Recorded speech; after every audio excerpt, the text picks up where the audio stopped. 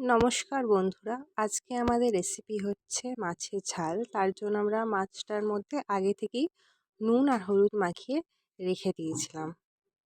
মাছের ঝালের জন্য এখানে আমরা কেটে নিয়েছি পেঁয়াজ কুচি, টমেটো কুচি, লঙ্কা মাঝখান দিয়ে কেটে নিয়েছি আর কিছুটা রসুন কুচো করেই রেখে দিয়েছি।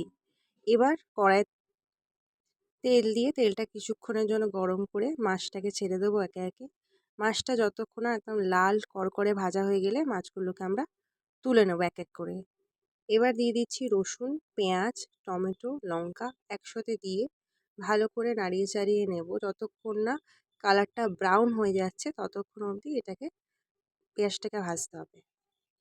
মশলায় ব্যবহার করছি 1 চামচ হলুদ, হাফ চামচ ঝাল লঙ্কা গুঁড়ো, 1 চামচ কাশ্মীরি লঙ্কা গুঁড়ো এবং হাফ চামচ নুন ব্যবহার করেছি এবং এটিকে ভালো করে মেশাবো। একটু জল দেব যাতে মশলাগুলো ভালো করে রান্না হয়ে যায়, যাতে মশলার কোনো গন্ধ না ছাড়ে। এবার মাছগুলোকে দিয়ে দেবো এর মধ্যে। মশলার সাথে মাছগুলোকে মিশিয়ে নিয়ে এবার একটু জল দেবো এর মধ্যে, দিয়ে কিছুক্ষণ নেড়ে চেড়ে শুকনো হতে দেবো জলটাকে।